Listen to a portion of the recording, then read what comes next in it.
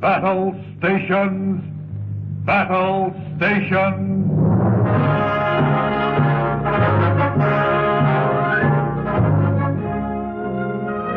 The National Broadcasting Company's Department of Special Events, cooperating with the United States Navy, presents the third of a series of programs to tell you of your Navy, its accomplishments, its history, its heroes, and its hopes, under the title Battle Stations.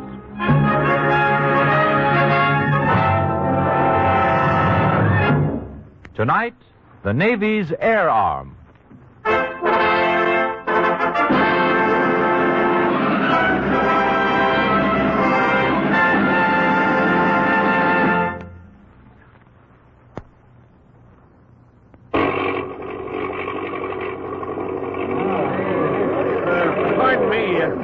Pardon me, yes, you. I've lost my program.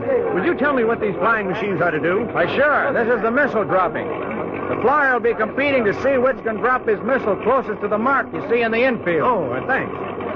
1910, and the sports-minded folks living around Hale Corp, Maryland, have come in great crowds to enjoy the latest sport, flying. The flying man is stretching his wings, emerging from the chrysalis, and his daring has given sport a new thrill. What is the object of this event? Must they be at a certain height when the missile is dropped? Yeah, I believe that's it. This is a new event. A silent naval officer has followed the progress of the aviation meet with rapt attention. He does not join in the cheers of the crowd. His eyes are fixed not on the far reaches of this day's sky, but on the horizon, the future. Argosies of magic sails that Tennyson had described 68 years before. Airy navies grappling in the central blue had been the poet's prophetic words. This is Captain Washington Irving Chambers of the United States Navy. The man who sits beside him has enthusiastic comment which he directs to anyone whose eye he catches. The man has turned to Captain Chambers. This chap has taken enough time to get over the mark, eh? Yes, but I suppose that's necessary in maneuvering an airship. There, he drops it. Now, that was close. No more than 15 feet from the mark. I'd say that takes a knack. Indeed it must. This is going to develop into quite a sport, or I miss my guess. And maybe quite a bit more than that. Excuse me. Oh, are you leaving now? Captain Chambers left the stands and walked rapidly to the building at one end of the field where planes were receiving last-minute repairs. Pardon me, but could you tell me where I'll find Mr. Wright, Mr. Wilbur Wright? Oh, he ain't at the field now, but there's some of his troop of flyers about, sir. Would you know how I can reach him? Well, there's a telephone in the office. You can call him at it. Mr. Wright, this is Captain W.I. Chambers. Hello, Captain. I've corresponded with you, if you'll remember. Yes, I remember. You're with the Navy. I'd like to talk with you again. That matter of launching an aircraft from aboard a fighting ship. No good, Captain. I don't think we're ready for that as yet. Oh, perhaps not, Mr. Wright. But let me have one of your flyers, and we'll give it a try anyway. No, I'm afraid I have to refuse, Captain. No. Each of Chambers' many arguments met with a no. Each successive refusal was spoken with greater finality. The discouraged naval officer left the hangar building.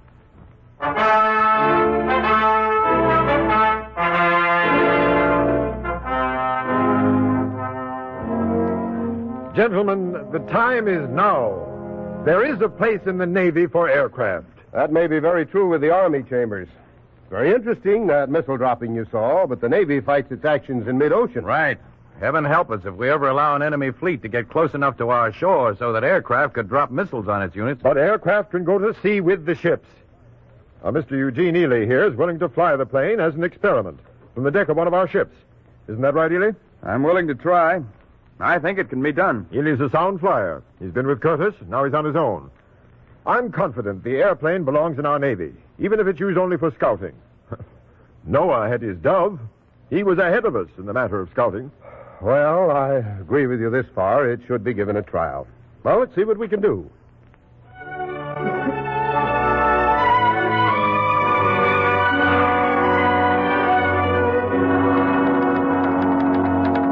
You sure this message is correct? Has it been verified? Yes, sir. I had it repeated. USS Birmingham proceed to Norfolk to be at disposal of Captain Chambers for aircraft launching experiment.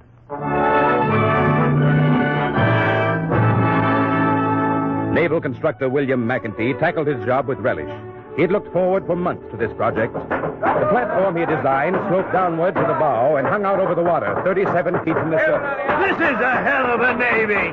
If they want to keep us out of the sun, why don't they just rig up an awning? Anybody'd want to fly a flying machine off this is great. The men aren't quite as confident as you, Mr. Ely. So I hear. You seem to have done a very good job, McEntee. At least it seems that way to me. Well, 83 feet long. That won't give you a run of much more than 55 feet with your plane on the platform, Ely. Well, with a downslope to pick up speed, I think that'll be long enough. I'm ready, Captain Chambers. The 14th of November will be all right with me.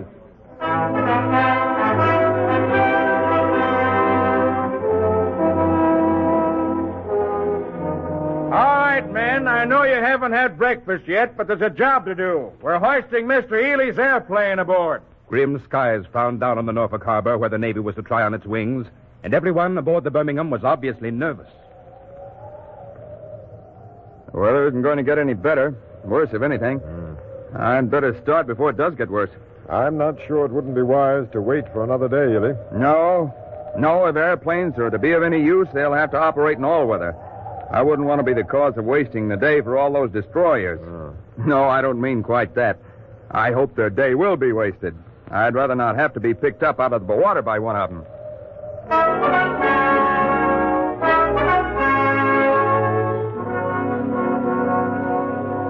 At 3 o'clock, Ely, wearing a life preserver, his cap turned around with the bill to the back, goggles over his eyes, climbed to his place in the aircraft.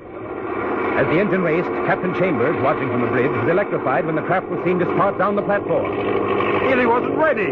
He didn't give the release signal. He just nodded to the mechanic. He hasn't enough speed. But it was too late to stop the plane, now rolling down the incline. Ely is seen to tense as the end of the platform nears and he feels no upward lift. Then the plane is plunging down, diving toward the swollen waters of the Chesapeake. He pulls back on the elevator and the craft quivers and begins to level off. The engine fights to pull the craft up above the chopping waves. Too late, for the wheels have touched the surface.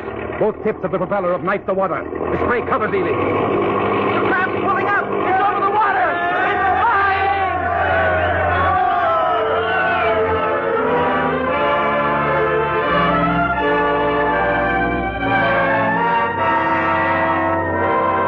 The craft was flying. Its propeller blades splintered, but it was flying.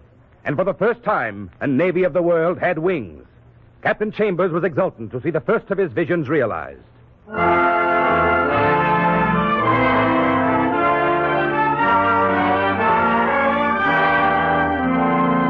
Every cruiser should be equipped with planes. This is the beginning.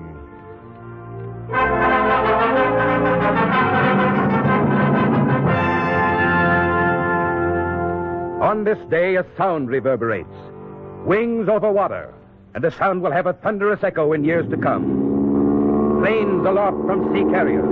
Not one, but many. Today, this day in November 1910, the United States Navy has been given sharper eyes and a new striking force. But on this day, not all naval authorities agreed on the place of aviation in the Navy. But it was agreed that it might be well for the Navy to have at least one flyer. There it is, Ellison. Is it what you want? Here, don't you want to read the order? Oh, yes, sir. Thank you, sir. I'm to be trained to fly? The Navy Department has accepted Glenn Curtis's offer to teach one Navy man. You're the one, Lieutenant.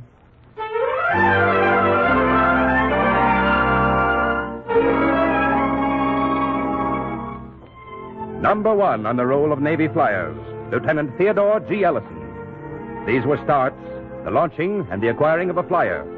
But resistance remained. Doubters were unconvinced.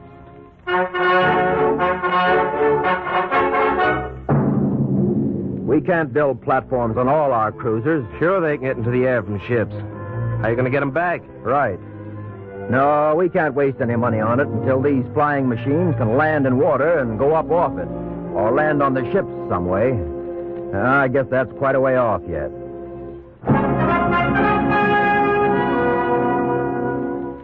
Quite a way off? No. Chambers' vision went far beyond the initial success. He'd gone to Glenn Curtis with the plans he had made to fly a land plane onto a naval vessel. Well, the plan looks very feasible to me, Chambers.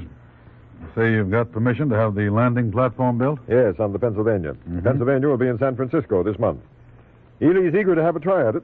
Well, if you ask me, I think Ely's the right man. Yes, I'll say he is. A lot depends on the success of this experiment. Aviation in the service will be pushed quite a way along. It will end a lot of doubts.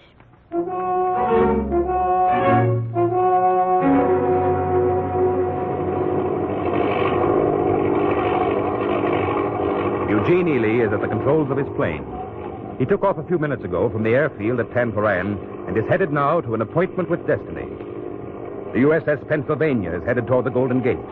5-knot wind is rushing down the bay as Ely's plane climbs over the San Bruno Hills. He will have to make his landing under the worst possible conditions, downwind. He sees the 120-foot superstructure platform. He sees canvas nets spread out on both sides of the landing strips and swimmers ready to dive in and swim to his aid if something goes wrong. Lines across the deck show him the arresting ropes are in place, ready to be caught up by 3 pairs of steel hooks fastened to his craft beneath him. Well astern of the Pennsylvania, Ely turns toward his landing field, the smallest on which a landing had ever been attempted. Stand by! How does it look to you, Curtis? Well, the tailwind has shifted across the course, Captain.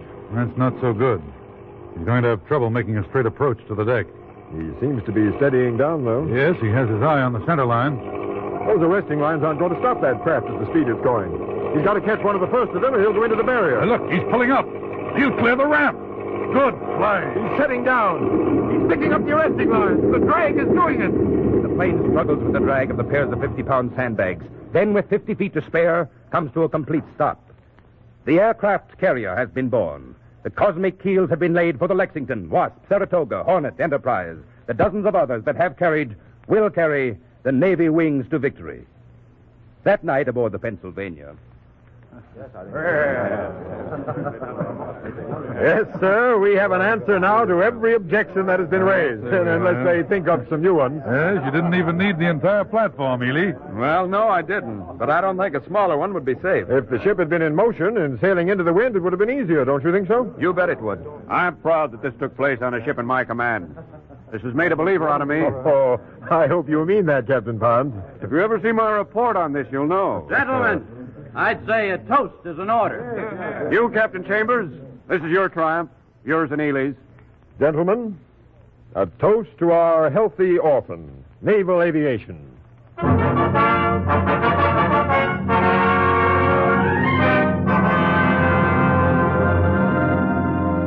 With these notable triumphs to its name, naval aviation is still an orphan, but gaining enthusiasts.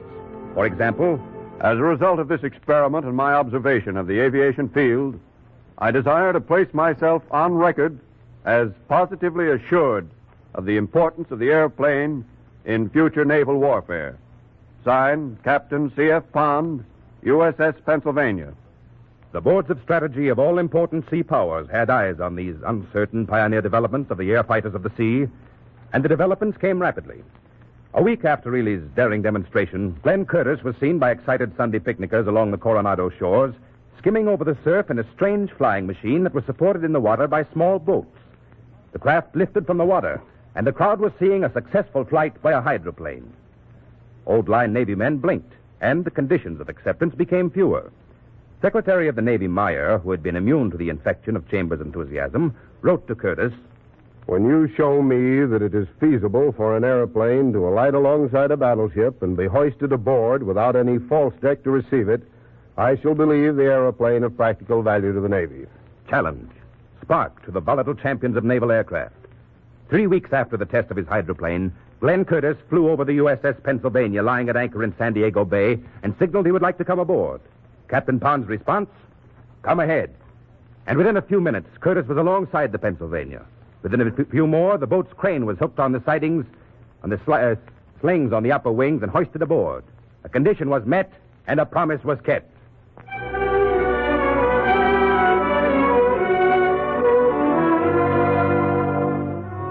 I had hoped for more. But with an appropriation of $25,000, we can be reasonably sure we'll have one aircraft for our one pilot.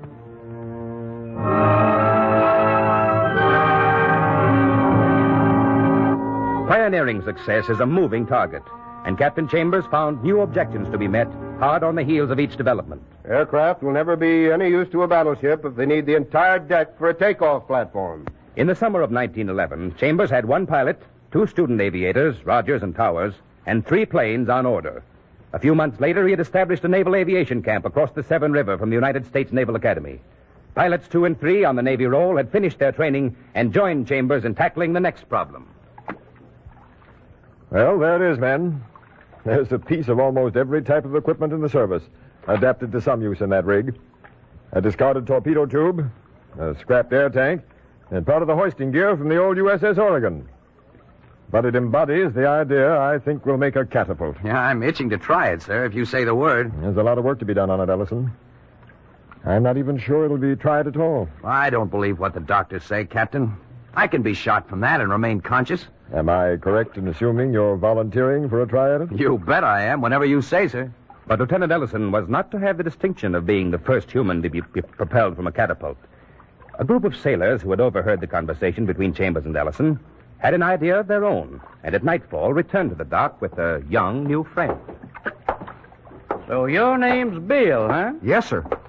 I hear you're quite an authority on the weather, Bill. Ain't that what you heard, Nix? Uh-huh. That's what I heard. Quite an authority. Gosh, I didn't know I had that reputation. Oh, you have? Yes, sir. What do you reckon the weather will be tomorrow? I guess fair. Here, sit on this, Bill. You can lean back comfortable. Thank you, sir, but I We'll just... be sitting beside you in just a minute, Bill. I want to have a private word with my friend first, though. Excuse us? Oh, yes, sir. Yes, sir. Reckon we ought to do it? I got a powerful hankering to know. He ain't sitting square in the middle of the catapult car. I'll fix that. Bill, you can be moving to the center of that thing you're sitting on so we can sit right down when we're through talking. If we're gonna, we gotta do it fast. You get that air valve. You comfortable, Bill? Yes, sir. Real comfortable. I'm glad. Look at him go. Man, oh, man, he went like a bullet. Reckon he was dead when he hit the water? I don't know. What in the world happened? You all right, Bill? I'm wet. Wet, but undeniably alive and conscious. The unofficial experimenters paid for their foreknowledge with a hard night of work recovering the catapult car from the bottom and cleaning it.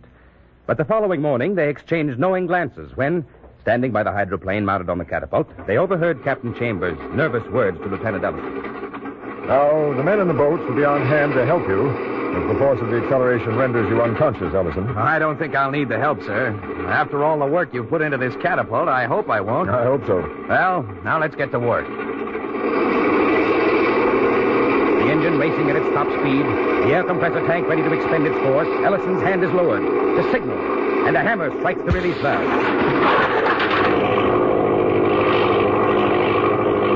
He's conscious, sir. He's fighting with the elevator. The crosswind's catching the craft, but he's conscious. The catapult will work. He's conscious, Texas. Uh-huh. He sure is.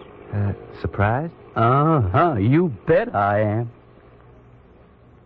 The takeoff from a catapult proved the principle. The last objection to aircraft taking a place on men of war was pushed aside, and the time had come for aviation to take an authorized place in the United States Navy. The appointments to the Board of Aeronautics. Your signature is required, Mr. Roosevelt.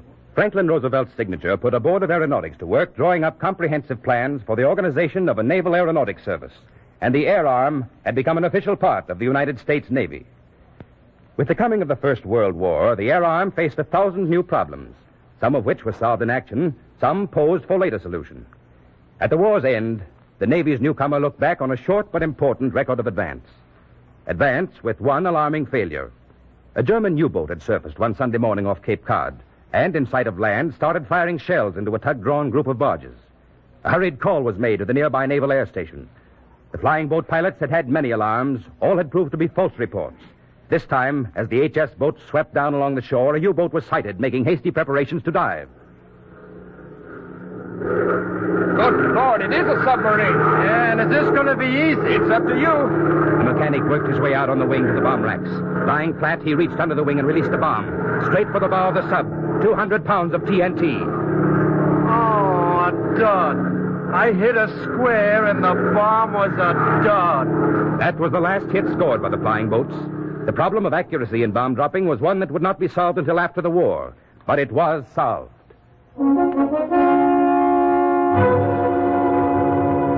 1919. Lieutenant, now Major L.H. Sanderson of the United States Marine Corps, leads a group of fellow pilots across a flying field in Haiti. Hey, what's this all about, Sanderson? Couldn't you just tell us about it? Nope, you got to see it. Okay, have a look. Now look. Now look at what? My ship. Look under the fuselage, by the wheels. By the wheel. What in the devil is that? Now, we haven't been able to come within a mile of the thing we aim at with our bombs, the way we're dropping them now. What do you think of this for an idea? Well, if hanging a flour sack under your fuselage is an idea, I'm glad I don't produce them. Now, wait before you hop on it. Look, I put a bomb in here, and I pull this drawstring to keep it in. Yeah? Then I'm up in the air. I spot a target. I dive on it. And on the way down, I yank the drawstring. The sack opens, and the bomb goes on down in the direction I was diving. Until it reaches your prop, at which time you get yourself blowed to hell. 1 time out of 10. I'm going to try it.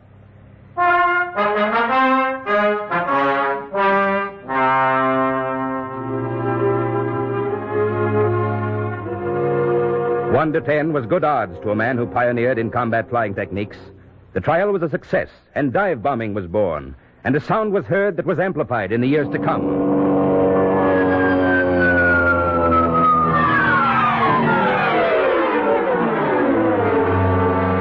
1919 was the year of another of the Navy Air Arm's notable firsts. Aviation had reached the stage in which an air crossing of the Atlantic was believed possible, and enthusiasts on both sides of the ocean were eager to be the first to accomplish the feat.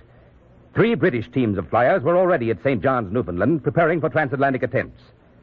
When the Navy's veteran pilots saw the first of 4 planes on order, the NC-1, the challenge fairly cried for acceptance. Commander Jack Towers' breath suspended when he opened and read an order. Special duty, report to Rockaway Beach, proposed transatlantic flight. Putty Reed, now Rear Admiral Reed, received a like order. So did Pat Bellinger, now Rear Admiral Bellinger. And the NC-1, NC-3, and NC-4 were put in readiness for the flight. From the moment of the first takeoff, the NC-4 showed signs of a contrary nature. Ill fortune piled up for the ship, and only the bad weather that held up the other planes at Cape Pine allowed it to be there when the 3 planes took the air, headed out across the Atlantic. Now the Azores lie behind NC-4, and Reed, Towers, and Bellinger pushed their planes on to Lisbon, on to Plymouth, receiving the cheers reserved for the first flyers to cross the Atlantic.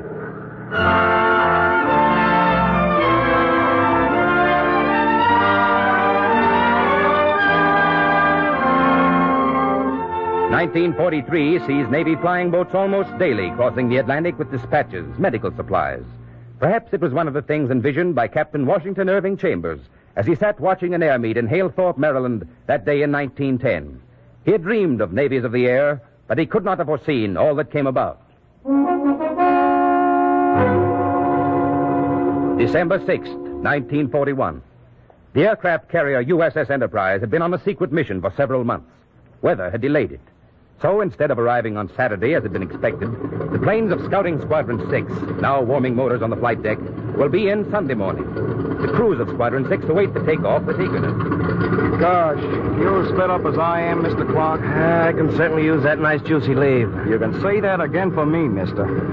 I've got radio cauliflower ears. That's what I got. How much leave you reckon you're going to get? Long enough. Hope it'll be 5 months. That don't seem too long to me after a 4-year tour of duty. Say, this may be our last flight together. Hope not, though. You're a swell rear seat man. Make it good. You've been real nice about keeping me out of the drink. Got so I'd like keeping dry. Oh, your radio check's okay, sir. The plane handlers moved the sleek ships with precision to the line. Precision was an Enterprise watchword. The nation was at peace, but Scout Squadron 6 carried out each maneuver with battle briskness. Section 4, up. Section 4. Pilot looks to his rear seat man, grins, winks. This is the last one for a while, the wink says. A flash of color, the signal, and a plane 31 years, 1 month away in time, 6,000 miles away in distance from Ely's plunge from the Birmingham's deck. This plane rises smoothly, evenly. There's power to spare. Scout Squadron 6 is making a historic flight. 18 of its planes soar into a sky of peace, to come down, some of them in flames, an hour later as they come into Pearl Harbor, as the Japanese Air Force is striking its first treacherous blow, December 7th, 1941.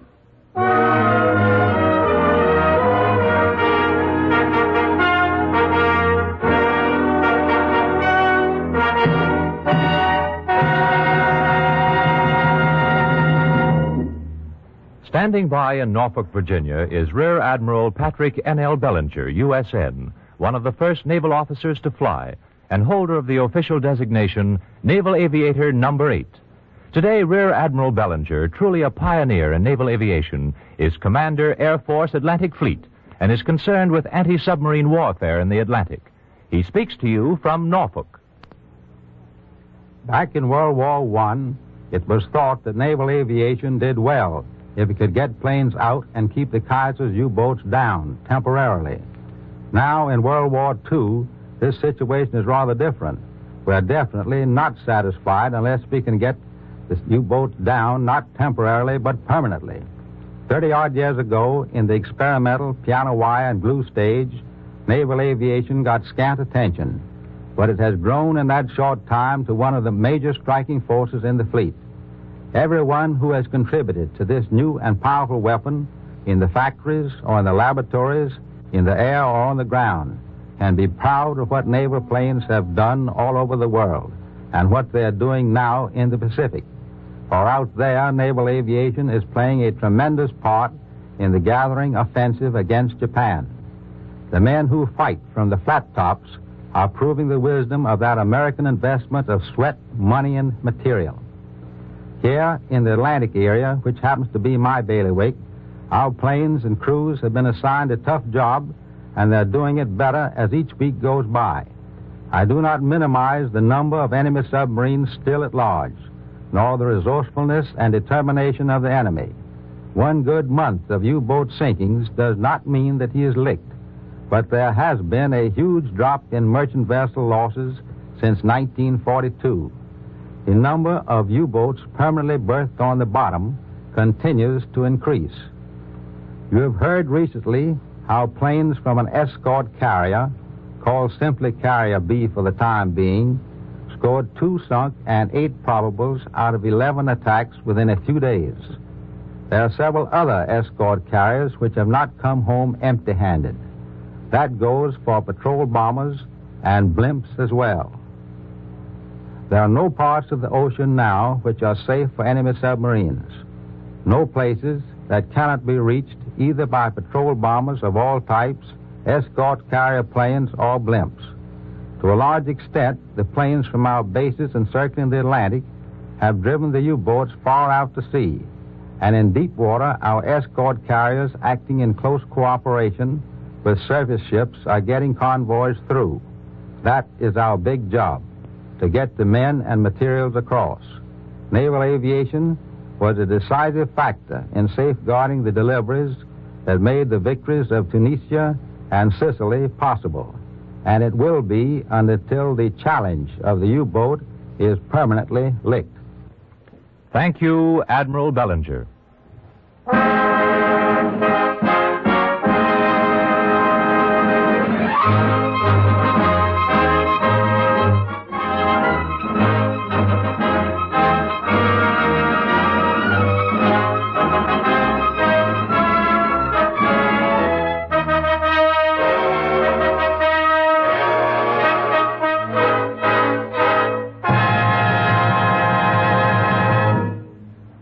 Next Thursday at this same time, the United States Navy and NBC's Department of Special Events will bring you the 4th and final program in this series, Battle Stations, telling the stirring story of the Navy's air arm in World War II. Next Thursday on Battle Stations.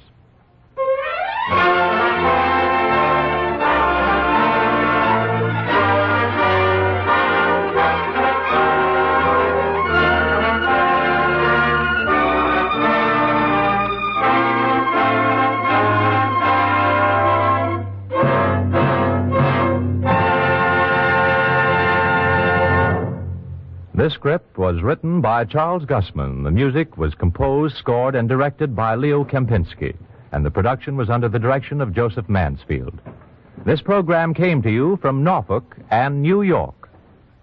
This is the National Broadcasting Company.